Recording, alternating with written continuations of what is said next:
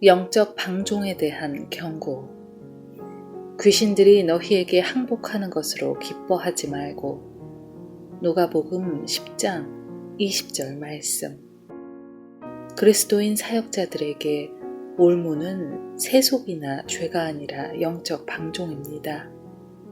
우리가 살고 있는 이 시대의 종교적 유행이나 흐름을 취해 영적 성공에 눈독을 들이는 것입니다.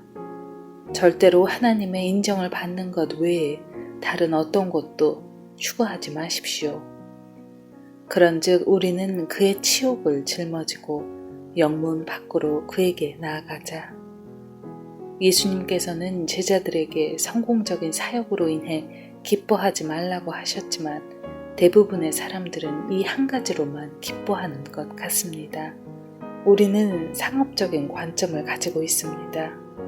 얼마나 많은 영혼들이 구원을 받았고 거룩하게 되었는가를 계산하면서 하나님께 감사하고 이제 모든 것이 잘 되어간다고 흥겨워합니다.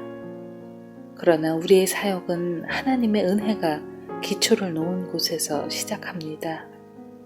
우리는 영혼을 구원하기보다 그를 제자화해야 합니다. 구원과 죄 씻음은 하나님의 주권적인 은혜의 사역입니다. 주의 제자로서 우리의 사역은 사람들이 전적으로 하나님께 순복할 때까지 그들의 삶을 제자화하는 것입니다. 하나님께 전적으로 드려진 한 사람의 영혼이 주의 영으로 단순히 각성된 수백의 영혼보다 더 가치 있습니다. 우리는 하나님의 사역자로서 영적으로 우리와 같은 자들을 재생산하는 것이고 이것이 우리가 주님의 사역자라는 것을 증명하게 될 것입니다. 하나님은 그분의 은혜로 우리를 표준적인 삶으로 이끄실 것입니다. 우리는 다른 사람들 안에 똑같은 그 표준을 재생산할 책임이 있습니다. 사역자가 하나님 안에서 그리스도와 함께 감추어진 생명으로 살지 않는다면 그는 주의 영이 함께하는 제자가 되는 대신 잔소리 많은 독재자가 되기 쉽습니다. 우리 중 많은 사람들이 독재자들입니다. 우리는 사람들에게 명령을 내리며 공동체에서도 명령합니다. 예수님께서는 결코 그런 식으로 명령하신 적이 없으십니다. 주께서는 제자됨에 대해 말씀하실 때마다 언제나 만약이라는 말로 시작하셨지 반드시 무엇 해야 한다라는 식으로 강요하지 않으셨습니다. 제자가 되는 것은 강요가 아닌 선택입니다.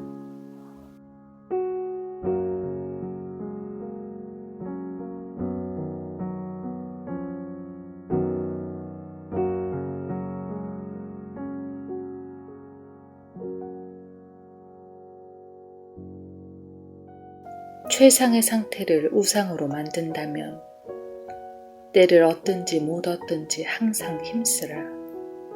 디모데후서 4장 2절 말씀.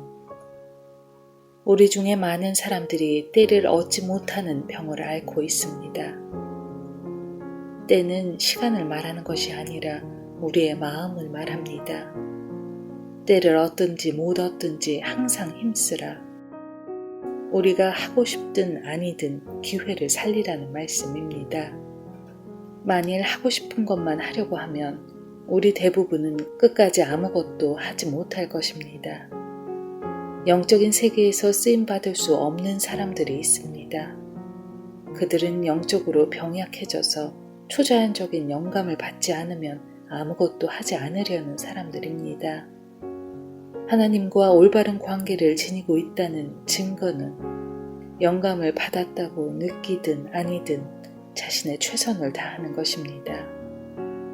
그리스도인 사역자들이 빠지는 가장 큰 함정은 자신의 예외적인 영감의 순간들에 집착하는 것입니다. 하나님의 영이 당신에게 영감과 통찰의 순간을 허락하시면 당신은 나는 이제 하나님을 위해 항상 이런 상태가 될 것이다 라고 말합니다. 그렇지 않습니다. 당신은 그렇게 될 수 없습니다. 하나님께서는 당신이 항상 그런 상태로 머물지 못하게 하실 것입니다. 그러한 순간들은 순전히 하나님의 선물입니다.